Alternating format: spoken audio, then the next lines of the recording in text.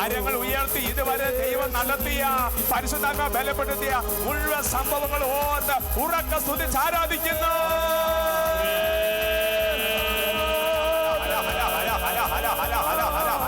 ഹൃദയം തുറക്കട്ടെ, മനസ്സ് തുറക്കട്ടെ, ആത്മാവ് ആരാധിക്കട്ടെ.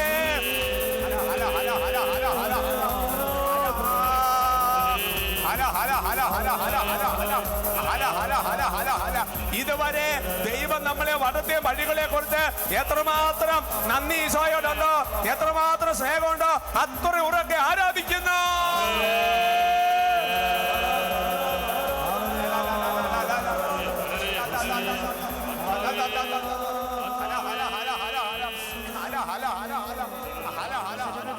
പ്രിയപ്പെട്ട ദൈവ പൈതലേ, ദിവ്യകാരുണ്യ മുമ്പിലായിരിക്കുമ്പോൾ പരിശുദ്ധാത്മാവിന്റെ ഒരു പുതിയ അഭിഷേകത്തിന് നീ ഒരുങ്ങുന്ന സമയത്ത് വീണ്ടും പെന്തക്കോസ്ത അഭിഷേകത്തിലേക്ക് ഏറ്റവും അടുത്ത ഒരുക്കം നടത്തിക്കൊണ്ടിരിക്കുമ്പോൾ നീ ഒറ്റയ്ക്കല്ല ഇപ്പം ആരാധിക്കുന്നത്, നീ ഒറ്റയ്ക്കല്ല പ്രാർത്ഥിക്കുന്നത്. ആഗോള സഭ മുഴുവൻ പ്രാർത്ഥിക്കുകയാണ്, ഭാരത സഭ മുഴുവൻ പ്രാർത്ഥിക്കുകയാണ്, കേരള സഭ മുഴുവൻ പ്രാർത്ഥിക്കുകയാണ്. നീ ഒറ്റയ്ക്കല്ല ആരാധിക്കുന്നത്. നീ ഇപ്പോൾ വീട്ടിൻ്റെ ഉള്ളിൽ നീയും നിന്റെ ഫാമിലി തന്നെയാണെന്ന് വിചാരിക്കരുത്. നീ ഇപ്പോൾ പ്രാർത്ഥിക്കുന്നത് ലക്ഷങ്ങളുടെ അകമ്പടിയിലാണ് പ്രാർത്ഥിക്കുന്നത്, ലക്ഷങ്ങളോട് ചേർന്നെന്നാണ് നീ പ്രാർത്ഥിക്കുന്നത്. ഉള്ളൊഴിഞ്ഞ് ആരാധിക്കുകയാണ്, ഉള്ളറിഞ്ഞ് പ്രാർത്ഥിക്കുകയാണ്. പ്രിയപ്പെട്ട ദൈവവേദനേ, ഇപ്പോൾ എന്തു തന്നെയാണ് നിന്റെ അവസ്ഥയെങ്കിലും പരിശുദ്ധാത്മാവിൻ്റെ ശക്തി പ്രകടമാകും, പരിശുദ്ധാത്മാവിൻ്റെ ശക്തി പ്രകടമാകും, ആത്മാവിൻ്റെ പ്രവർത്തനങ്ങൾ പ്രകടമാകും. യൂഥത്തിൻ്റെ പുസ്തകത്തിൽ 5-ാമത്തെ അധ്യായത്തിൽ 3-ാമത്തെ തിരുലിഖിതം, അവിടെ ഒരു ശത്രു രാജാവ് ഇസ്രായേൽ ജനം ഒരുപാട് വളർന്ന് വരുന്നത് കണ്ടുകൊണ്ട് അല്പം ഭയപ്പാടോടെ ഒരു ചാരനെ വിളിച്ച് ചോദിക്കുന്നുണ്ട്, ഏതാണ് ഈ ജനം? അപ്പോൾ ചാരൻ പറഞ്ഞു, ഇവരാണ് ഇസ്രായേൽ ജനം. വീണ്ടും രാജാവ് ചോദിച്ചു, ഇവരുടെ ശക്തി എന്തിലാണ് അടങ്ങിയിരിക്കുന്നത്? ഇവരുടെ ശക്തി എന്തിലാണ് അടങ്ങിയിരിക്കുന്നത്? ഇവരുടെ സൈന്യത്തെ നയിക്കുന്ന രാജാവ് ആരാണ്? വീണ്ടും 8-ാമത്തെ വാക്യത്തിൽ ആ ചാരൻ മറുപടി പറഞ്ഞു, ഇവർ ഇസ്രായേൽ ജനമാണ്. ഇവരുടെ പ്രത്യേകതയും ഇവരുടെ ശക്തിയും ഇവർ പൂർവികരുടെ തിന്മ നിറഞ്ഞ മാർഗങ്ങൾ ഉപേക്ഷിച്ച് തങ്ങൾ അറിയാനിടയായ സ്വർഗസ്ഥനായ ദൈവത്തെ ആരാധിക്കുന്ന ജനമാണ്. പൂർവികരുടെ തിന്മ നിറഞ്ഞ മാർഗങ്ങൾ ഉപേക്ഷിച്ച് തങ്ങൾ അറിയാനിടയായ സ്വർഗസ്ഥനായ ദൈവത്തെ ആരാധിക്കുന്ന ജനമാണ്. അപ്പോൾ അവരുടെ മേൽ ദൈവത്തിന്റെ ശക്തി പ്രകടമാകും. പ്രിയപ്പെട്ട മക്കളെ, ആരാധിക്കുമ്പോഴാണ് ദൈവശക്തി പ്രകടമാകുന്നത്, ആരാധിക്കുമ്പോഴാണ് ദൈവശക്തി പ്രകടമാകുന്നത്. ഇന്ന് നമ്മുടെ ജീവിതത്തിൽ എന്തെങ്കിലും സങ്കടമുണ്ടെങ്കിൽ, ഇന്ന് ജീവിതത്തിൽ എന്തെങ്കിലും ഭാരമുണ്ടെങ്കിൽ അതിന് കാരണം ദൈവശക്തി പ്രകടമാകാത്തതാണ്. ദൈവത്തിന്റെ ശക്തിയാണ് പരിശുദ്ധാത്മാവ്. 77-ാം സങ്കീർത്തനത്തിൽ 10-ാം തിരുലിഖിതം വചനം പഠിപ്പിക്കുന്നു, അത്യുന്നതന്റെ ശക്തി പ്രകടമാകാത്തതാണ് എൻ്റെ ദുഃഖത്തിന്റെ കാരണം. ഇന്ന് പ്രാർത്ഥിക്കാൻ പറ്റുന്നില്ലേ? വലിയ സങ്കടമാണ്. പ്രാർത്ഥിക്കാൻ പറ്റുന്നതിൽ വലിയ സങ്കടമാണ്. എന്താണ് കാരണം? പരിശുദ്ധാത്മാവാണ് നമ്മളെ കൊണ്ട് പ്രാർത്ഥിപ്പിക്കേണ്ടത്, പരിശുദ്ധാത്മാവിന്റെ ശക്തിയാണ് പ്രകടമാകേണ്ടത്. വിശുദ്ധിയിൽ ജീവിക്കാൻ പറ്റുന്നില്ല, വലിയ സങ്കടമാണ്. പ്രിയപ്പെട്ട സഹോദരങ്ങൾ, വിശുദ്ധി പരിശുദ്ധാത്മാവിൻ്റെതാണ്. ചെയ്യുന്ന കാര്യങ്ങളൊന്നും ഫലവത്താകുന്നില്ല, പഠനം മുന്നോട്ട് പോകുന്നില്ല, ജോലി മുന്നോട്ട് പോകുന്നില്ല, കുടുംബജീവിതം മുന്നോട്ട് പോകുന്നില്ല, ശുശ്രൂഷ ജീവിതം മുന്നോട്ട് പോകുന്നില്ല, തൊടുന്നിടത്തെല്ലാം തടസ്സമാണ്. എൻ്റെ പ്രിയപ്പെട്ട ദൈവ പൈതലേ, കൊളോസ്സസ് ലേഖനത്തിൽ 1-ാമത്തെ അധ്യായത്തിൽ 29-ാമത്തെ വാക്യത്തിൽ വചനം പഠിപ്പിക്കുന്നു, നിന്നിൽ ശക്തിയായി ഉണർത്തുന്ന ശക്തി കൊണ്ടത്രേ നീ അധ്വാനിക്കേണ്ടത്. നിന്നിൽ ശക്തിയായി ഉണർത്തുന്ന ശക്തി കൊണ്ടത്രേ നീ അധ്വാനിക്കേണ്ടത്. 1 കൊരിന്ത്യർ 15:10 വചനം നമുക്കറിയാം, ഞാനല്ല, എന്നുള്ള ദൈവത്തിന്റെ കൃപയാണ് അധ്വാനിക്കേണ്ടത്. കരങ്ങൾ രണ്ടും ഉയർത്താം, കരങ്ങൾ രണ്ടും ഉയർത്താം. പ്രിയപ്പെട്ട മക്കളെ, കുറേ സമയം കർത്താവിനെ ആരാധിക്കാൻ വേണ്ടി പോവുകയാണ്, ദൈവശക്തി പ്രകടമാകും. ആരാധിക്കുന്ന ദൈവജനത്തിന്റെ മേലാണ് ദൈവശക്തി പ്രകടമാകുന്നത്. നീ ഒറ്റയ്ക്കല്ല, സഭയോട് മുഴുവൻ ചേർന്ന് ആരാധിക്കുകയാണ്. മാർപ്പാപ്പയോട് ചേർന്ന്, മെത്രാൻ സംഘത്തോട് ചേർന്ന്, വൈദികരോട് ചേർന്ന്, സമർപ്പിതരോട് ചേർന്ന്, മുഴുവൻ അൽമായ മിഷനറിയോട് ചേർന്നുകൊണ്ട് ദൈവജനത്തോട് ചേർന്ന് ആരാധിക്കുകയാണ്. കരങ്ങൾ ഉയർത്തി ദൈവത്തിന്റെ ശക്തി നിന്റെ ശരീരത്തിലെ മനസ്സിന് ആത്മാവില് പ്രകടമാകുവോളം കർത്താവിനെ സ്തുതിക്കട്ടെ. കൈകൾ ഉയർത്തി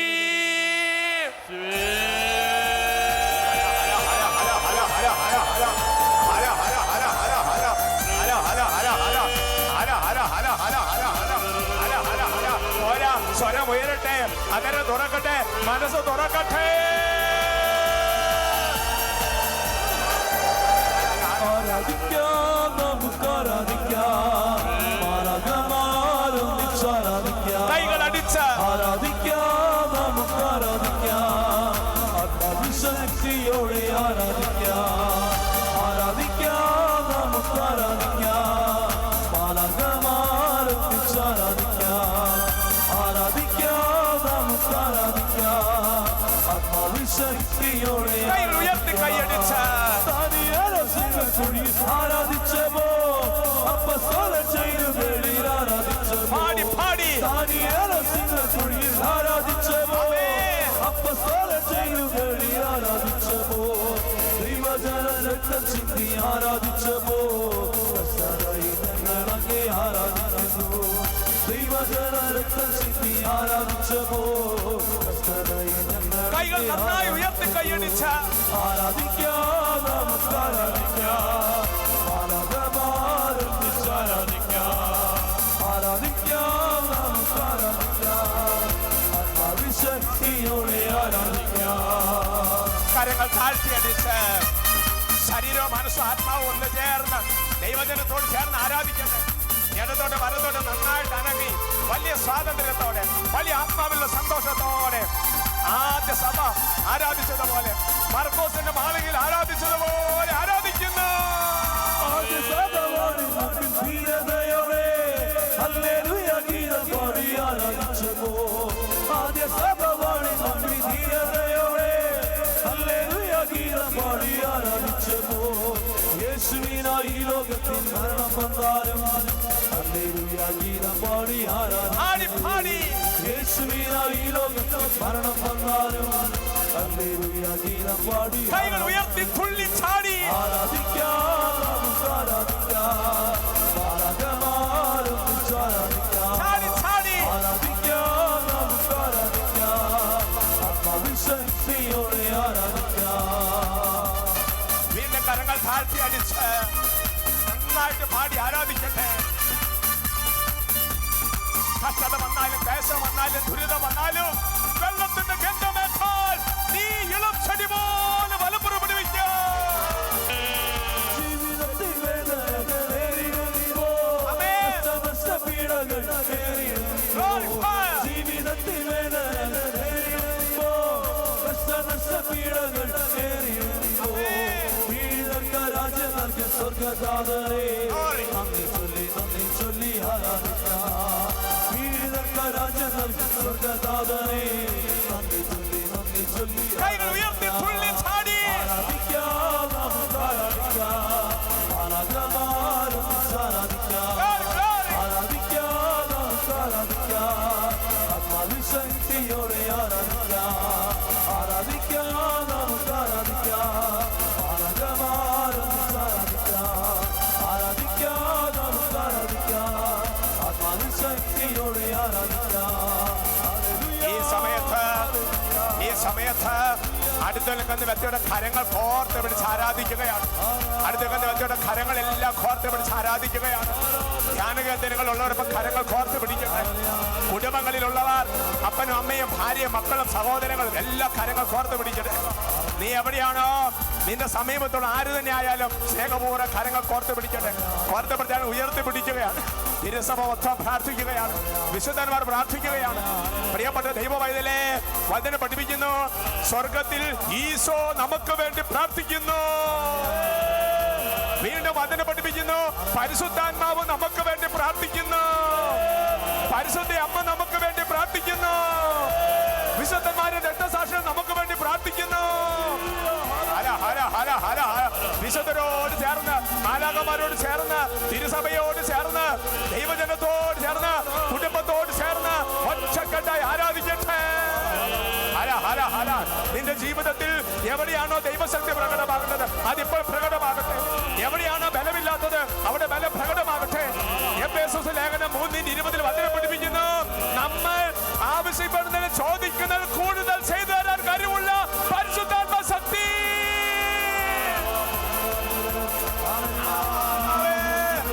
ആത്മാവേ ആത്മാവേ ആത്മാവേ പോരാ പോരാ. എഫേസസ് 3:20 നീ ചോദിക്കുന്നതിൽ കൂടുതൽ ചെയ്തു തരാൻ കഴിവുള്ള പരിശുദ്ധാത്മ ശക്തി. പ്രഭാഷകന്റെ പുസ്തകത്തിൽ 24-ാമത്തെ അധ്യായത്തിൽ 31-ാമത്തെ വാക്യം വചനം പഠിപ്പിക്കുന്നു, അരുവി തോടായി, തോട് നദിയായി, നദി സമുദ്രമായി. എന്താണ് അതിൻ്റെ അർത്ഥം? ഓരോ കാലഘട്ടം കഴിയുമ്പോൾ നിന്റെ അഭിഷേകം വർദ്ധിച്ച് വർദ്ധിച്ച് വർദ്ധിച്ച് വർദ്ധിച്ച് വരണം. എസ്തേറിന്റെ പുസ്തകത്തിൽ 10-ാമത്തെ അധ്യായത്തിൽ 5-6 വാക്യങ്ങൾ എസ്തേറിനെ കുറിച്ച് വചനം ഇങ്ങനെയാണ് വെളിപ്പെടുത്തുന്നത്. നദിയായി മാറിയ കൊച്ചരുവി. എസ്തേർ മൊർദെഖായിയുടെ വലതുപുത്രൻ എന്ന നിലയിൽ ഒരു അനാഥ പെൺകുട്ടി, ഒരു കൊച്ചരുവിയായിരുന്നു. എന്നാൽ കർത്താവിന്റെ അഭിഷേകം സ്വീകരിച്ച അഭിഷേകത്തിൽ വളർന്നു കഴിഞ്ഞപ്പോൾ അവൾ ഒരു നദിയായിട്ട് മാറി. അതുകൊണ്ടാണ് എസെക്കിയേൽ പ്രവചനം 47-ാമത്തെ അധ്യായത്തിൽ വചനം പഠിപ്പിക്കുന്നത്. പ്രവാചകൻ വെള്ളത്തിലേക്ക് കാലെടുത്ത് വെച്ചപ്പോൾ ആദ്യം കണങ്കാലോളം വെള്ളം, മുട്ടോളം വെള്ളം, അരയോളം വെള്ളം പോരാ, നീന്തിക്കടക്കാൻ വയ്യാത്ത വലിയ നദി പോലെ പരിശുദ്ധാത്മാവിന്റെ അഭിഷേകം. ഓ പ്രിയപ്പെട്ട കുഞ്ഞെ, വീണ്ടും പെന്തക്കോസ്ത പ്രാർത്ഥനയിൽ നീ ഇപ്പൊ കണ്ണുനീരോടെ പ്രാർത്ഥിക്കുന്ന സമയമാണല്ലോ. ഈ സമയത്ത് നീ ആഗ്രഹിക്കേണ്ടത് ഇന്നലത്തെ അഭിഷേകം കൊണ്ട് ഇന്നത്തെ ശുശ്രൂഷ നടക്കുകയല്ല, ഇന്നത്തെ അഭിഷേകം കൊണ്ട് നാളത്തെ ശുശ്രൂഷ നടക്കുകയല്ല. അഭിഷേകത്തിന്റെ വളർച്ചയുണ്ട്, അഭിഷേകത്തിന്റെ വളർച്ചയുണ്ട്. യുദ്ധത്തിന് ഒരുങ്ങുന്നവർ ആയുധം അപ്ഗ്രേഡ് ചെയ്യും എന്ന് പറയുന്നത് പോലെ പിശാചുമായിട്ടുള്ള യുദ്ധത്തിൽ നീ നിന്റെ അഭിഷേകത്തെ അപ്ഗ്രേഡ് ചെയ്യണം. അടുത്ത കാലത്തിൽ പരിശുദ്ധാത്മാവ് ധാരാളിക്കുന്ന അഭിഷേകത്തെ കാണണം. ഈ ദിവസങ്ങളിൽ നമ്മൾ കേട്ട എല്ലാ ടോക്കുകളും അഭിഷേകത്തിനെ കുറിച്ചാണ്, അഭിഷേകം വർദ്ധിപ്പിക്കുന്നതിനെ കുറിച്ചാണ്. ഒരു അഭിഷേകത്തിന്റെ വളർച്ചയ്ക്ക് വേണ്ടി ആഗ്രഹിക്കുകയാണ്. കാണാൻ പറ്റുന്നിടത്തോളം കാണുക, ചോദിക്കാൻ പറ്റുന്നിടത്തോളം ചോദിക്കുക, അതെല്ലാം തരും. കഴിഞ്ഞ കാലം ജീവിതം ഓർക്ക് കുഞ്ഞുനാളിൽ നടത്തിയ പ്രാർത്ഥന പോലും കർത്താവ് ചെയ്തു തന്നില്ലേ?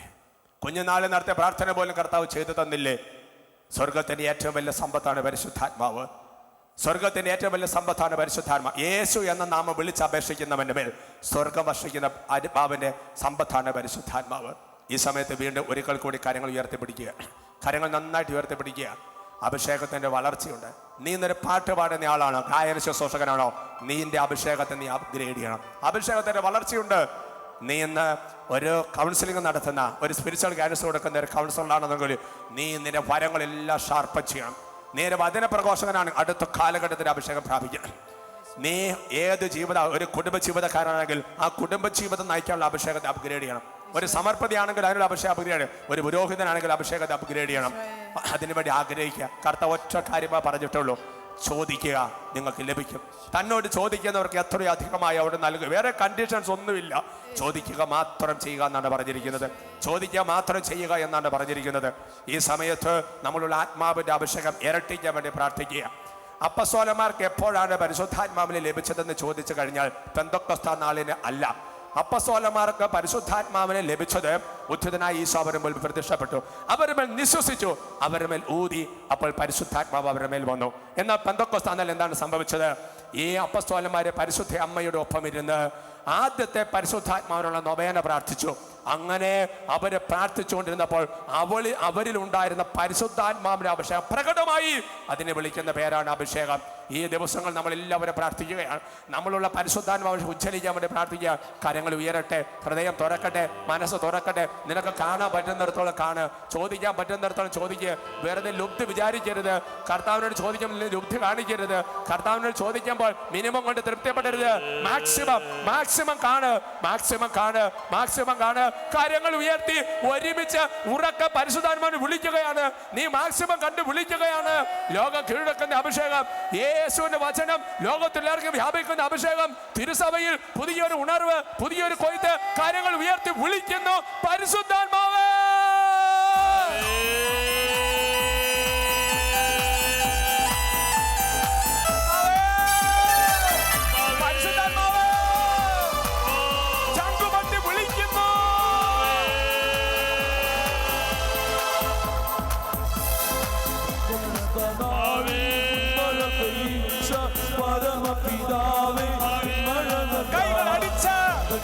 നാളിൽ മഴ പെയ്ച്ച പരമപിതാവേ മഴ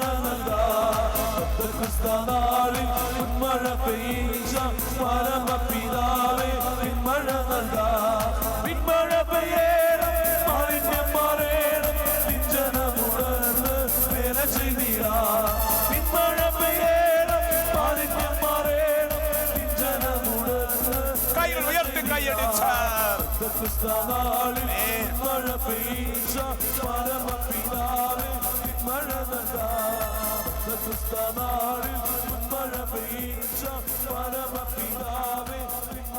ഈ സമയത്ത് രണ്ട് കരങ്ങൾ നമ്മുടെ ശിരസിലേക്ക് വെച്ച് ഒരു അഭിഷേക പ്രാർത്ഥനയിലേക്ക് പ്രവേശിക്കുക. രണ്ട് കരങ്ങൾ നമ്മുടെ ശിരസിലേക്ക് വെച്ച് അഭിഷേക പ്രാർത്ഥനയിലേക്ക് പ്രവേശിക്കുക. നമ്മളുള്ള എല്ലാ വരങ്ങളും ഫലങ്ങളും കൃപകളും ചൊല്ലിക്കാൻ വേണ്ടി പ്രാർത്ഥിക്കുക. 9 വരങ്ങളും ഫലങ്ങളും ദാനങ്ങളും എല്ലാം നിറയട്ടെ. സ്നേഹം, ആനന്ദം, ദയ, നന്മ, ആത്മസമയം, വിവേകം, വിശുദ്ധി എല്ലാം ചൊല്ലിക്കട്ടെ. ജ്ഞാനം, ബുദ്ധി, അറിവ്, ആലോചന എല്ലാം ഇരട്ടിയായിട്ട് മാറട്ടെ. എല്ലാ വരങ്ങളും നിറയട്ടെ. അറിവിൻ്റെ വരം, ജ്ഞാനത്തിൻ്റെ വരം, അത്ഭുത പ്രവർത്തനം, പ്രവചനപരം, രോഗശാന്തി വരം, വ്യാഖ്യാനപരം, ഭാഷാപരം മുഴുവൻ വരദാനങ്ങളും നിറയട്ടെ. വചനത്തിൻ്റെ അഭിഷേകം ഇരട്ടിയാകട്ടെ. എല്ലാ അഭിഷേകം ചൊല്ലിക്കട്ടെ. ഭാഷാപരത്തിൽ തന്നെ കുറച്ച് സമയം അഭിഷേകത്തിൻ്റെ ഉച്ചരിക്കാൻ വേണ്ടി ഒരു അഭിഷേക പ്രാർത്ഥനയിലേക്ക് പ്രവേശിക്കട്ടെ.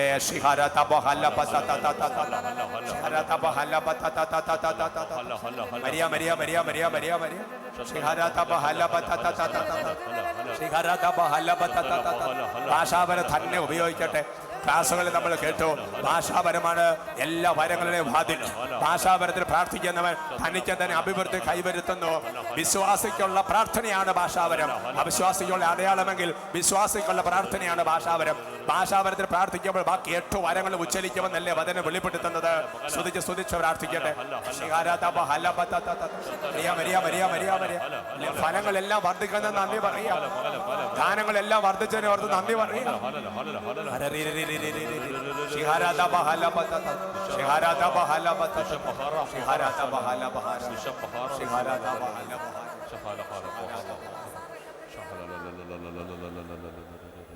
കരങ്ങളെടുത്ത് മുട്ടുകൾ കുത്തി നിൽക്കാം.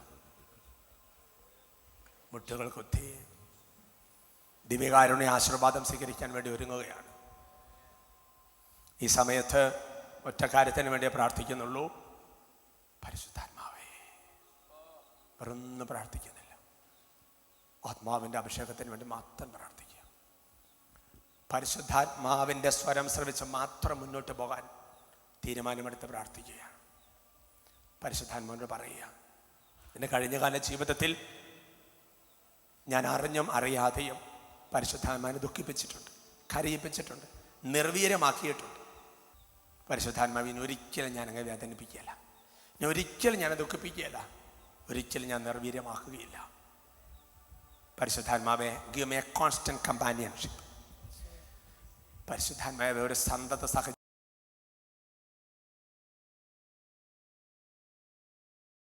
Constant companionship. പരിശുദ്ധാത്മാവേ, വേറൊന്നും എനിക്ക് വേണ്ട.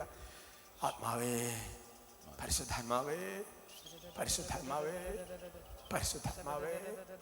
കണ്ണു തുറന്ന് ഈശോയിലേക്ക് നോക്കി 2 കരങ്ങളും ഈശോയിലേക്ക് നീക്കിപ്പിടിച്ച് പരിശുദ്ധാത്മാവിന്റെ വലിയൊരു അനോന്റി, ഒരു കോൺസ്റ്റന്റ് കമ്പാനിയൻഷിപ്പ് ആഗ്രഹിച്ച് ഒരുമിച്ച് വിളിക്കുന്ന പരിശുദ്ധാത്മാവേ, പരിശുദ്ധാത്മാവേ, പരിശുദ്ധാത്മാവേ,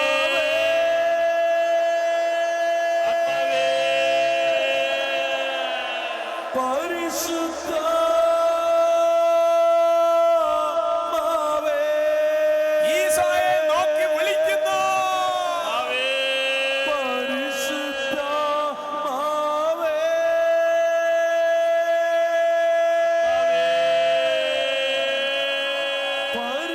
പരിശുദ്ധാത്മാവേ,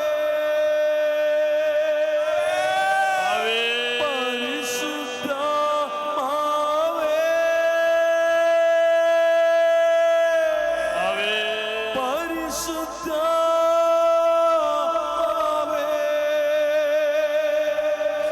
വരിക വരിക ഞങ്ങളിൽ നീ,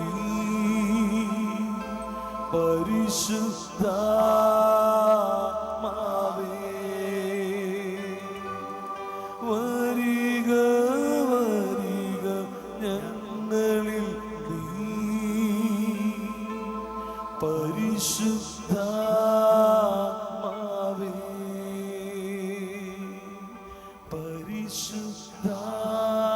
പരിശുദ്ധാത്മാവേ. നമ്മുടെ ജീവിതം മുഴുവൻ കർത്താവിന് സമർപ്പിച്ച് പരിശുദ്ധാത്മാവ് നമ്മളെ നയിക്കട്ടെ.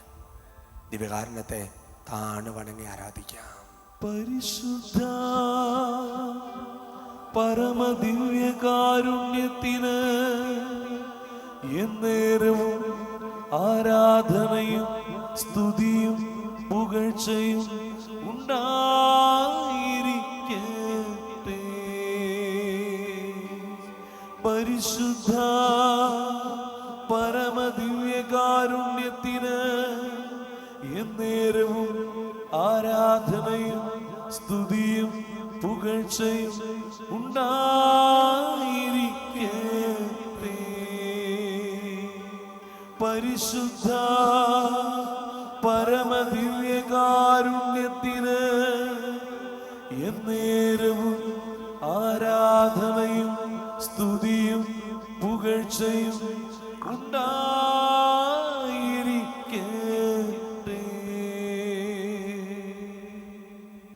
പ്രിയപ്പെട്ടവരെ, ഈ ആരാധനയിലൂടെ ദൈവം നമുക്ക് നൽകിയ പുത്തൻ ഉണർവിന്, പുതിയ തുടക്കങ്ങൾക്ക് ഈശോയുടെ നാമത്തിൽ നമുക്ക് നന്ദി പറയാം.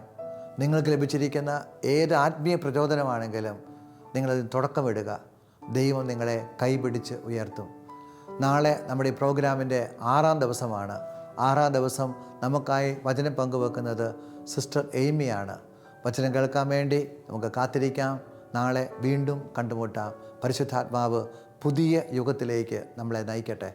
ഇന്നത്തെ ഈ പ്രതിസന്ധി ഘട്ടത്തിൽ പരിശുദ്ധാത്മ ശക്തിയുടെ പ്രകടമായ അടയാളമായി നാം ഇറങ്ങിച്ചെന്നാൽ കേരള സഭയും ആഗോള സഭയും ലോകം മുഴുവനും ഒരു പുതിയ പെന്തക്കോസ്താവുണ്ടെന്നറിയും. പരിശുദ്ധാത്മാവേ, പരിശുദ്ധാത്മാവേ, പരിശുദ്ധാത്മാവേ, അവനെ നിറയണമേ.